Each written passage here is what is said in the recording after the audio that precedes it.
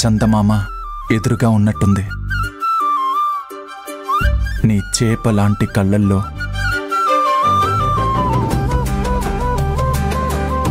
ఎరిపెక్కిన నీ బుగ్గల ప్రతిబింబం కనిపిస్తోంది.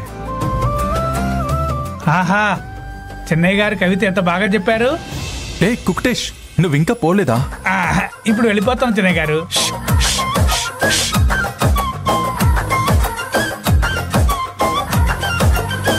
అయ్యగారు మీకు అప్పుడే చెప్తారని అనుకోలేదు సార్. కొన్ని విషయాలు తప్పనిసరిగా చెప్పాలి నిలవేణి. జల్లెల్లో చంద్రుణ్ణి చూసి మిమ్మల్ని చూశాక ఆకాశంలో చంద్రుళ్ళ మీరెప్పటికీ నా మనసులో ఉండిపోవాలి సార్.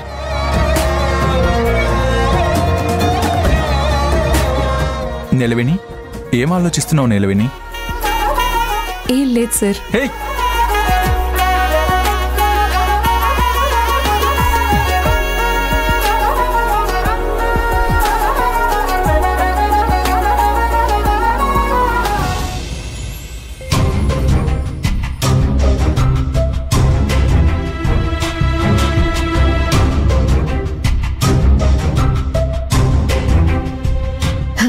అమ్మా, ఆ నీలవేణిని ఇంట్లో నుంచి పంపించడానికి మరో అవకాశం దొరికింది. ఏంటది? అలా అంటారేంటి అత్తయ్య?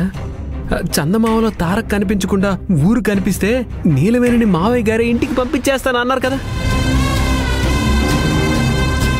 రోజు చూస్తున్న తారకన్నయ్య కనిపించకుండా తనూరు ఎలా కనిపిస్తుంది బావగారు? అక్కడే వచ్చింది చిక్కు. దానికి అసలు తారక్ కాదు కదా, కళ్ళల్లో కారం కొట్టి చూపే లేకుండా చెయ్యాలి. కంటికి రెప్పలా కాపాడుకుంటూ తారక్ తన పక్కనే ఉంటాడు కదా.